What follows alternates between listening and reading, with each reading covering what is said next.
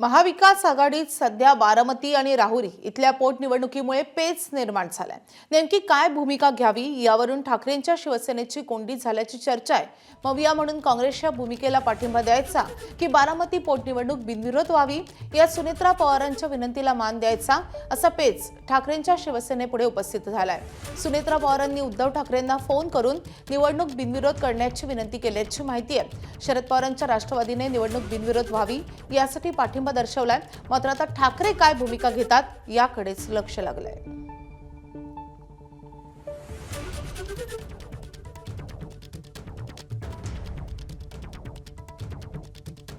दरम्यान सुनेत्रा पवार यांनी पक्षप्रमुख उद्धव ठाकरे यांना फोन केलाय।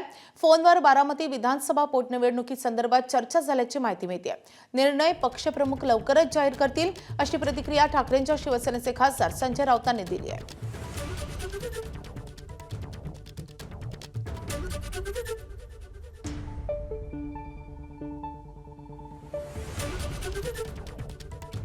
उपमुख्यमंत्री सुनेत्रा वहिनी पवार यांनी नक्कीच काल शिवसेना पक्षप्रमुख उद्धव ठाकरे यांच्याशी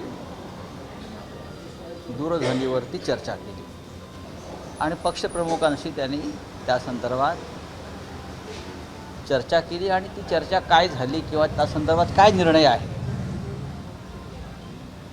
तो लवकरच स्वतः पक्षप्रमुख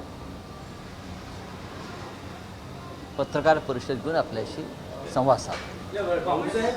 सुनेत्राताई पवारांचा पक्ष महाविकास आघाडीत नाही ना, तो भारतीय जनता पक्षाबरोबर आहे। त्याच्यामुळे काँग्रेस पक्ष जर काही वेगळा निर्णय घेत असेल असं दिसतंय